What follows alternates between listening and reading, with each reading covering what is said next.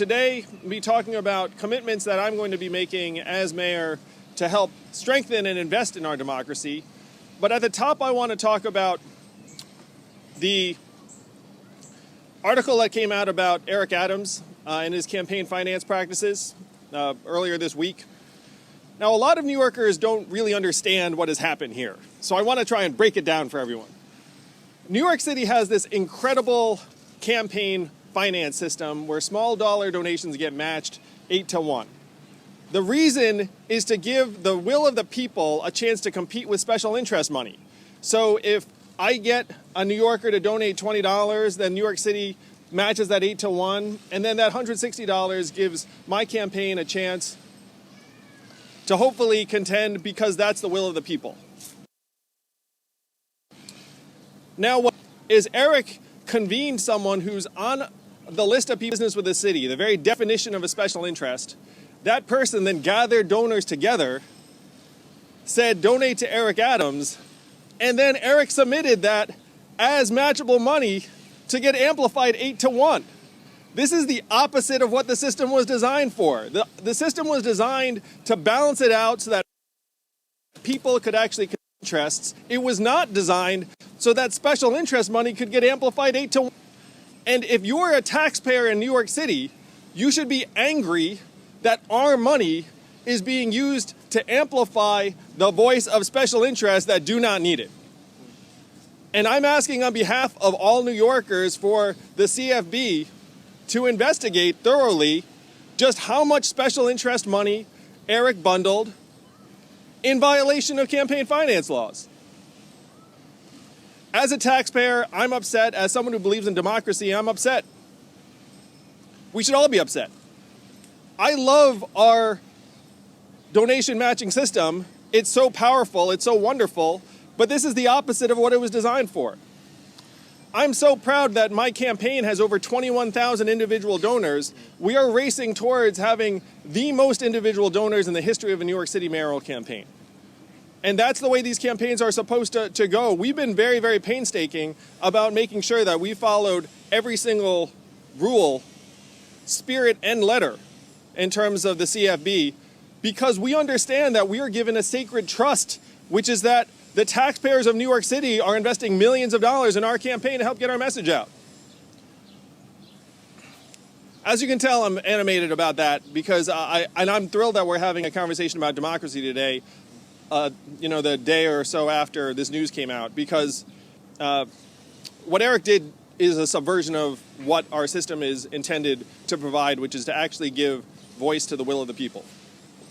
All right, now that I've got that off my chest, and you guys can ask me questions about that at the end. If you're a New York City parent or worker and you donate $20 to a candidate and you know they're getting another $160, that's an incredibly invigorating feeling. It's important for New Yorkers' sense of democracy and fairness. Now imagine if that system was subverted so that instead of having an everyday worker or parent have their voice amplified, you instead used it to amplify the voice of people who are doing business with the city, the very definition of special interests. You then sold those donations to the people of New York and the Campaign Finance Bureau and said, hey, these donations need also to be amplified 8-1. I think it's an assault on a system that is incredibly important to New York City's elections. And as someone who is a believer in democracy, a believer in New York City, and a candidate whose campaign is bending over backwards to make sure that we comply with these rules, seeing another candidate violate these rules and then dismiss it as a paperwork issue is extraordinarily upsetting. No, I think I speak for a lot of New Yorkers. If New Yorkers understood what was happening here, they would be angry. One of my goals now is to have New Yorkers understand what is happening here. New York, Eric Adams took your taxpayer dollars and used them to amplify special interests here in New York City that did not need it. He sold them as donations of everyday New Yorkers and said, hey, these deserve to be amplified 8-1, just like your donations. And if you think that's okay, then if you think that's okay, then you and I disagree, because I do not think that's okay. I don't think that's okay as a New Yorker. I don't think that's okay as someone who believes in democracy. I certainly don't think that's okay as a candidate who's been playing by rules that I respect and appreciate. I love our campaign finance donor matching system. And it infuriates me that someone is going to break those laws and rules and then dismiss it as trivial. It's not trivial. We haven't heard from the CFB, but I'm sure that they will be responding, because this is in direct violation and opposition of the entire purpose of the donor matching program. The purpose of the donor matching program is to try and create a level playing field between the people of New York City and special interests. It is not to augment the resources available to special interests being passed off as donations that weren't bundled in that way. I mean, again, think about this. I'm a person who does business with the city of New York. I have massive economic interests in who wins the election. I gather together a group of people and say, hey, donate to this candidate. This candidate, Eric Adams, then takes those donations and says, hey, these are just ordinary donations that came in from New Yorkers off the street. And we all know that if he did it with his one event that was documented on the front page of the New York Times, does anyone want to guess whether that was the only event or whether there's a whole series of events?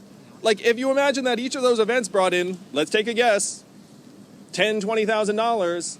Let's say that he did 10 of those types of events, and then that money got matched 8-1.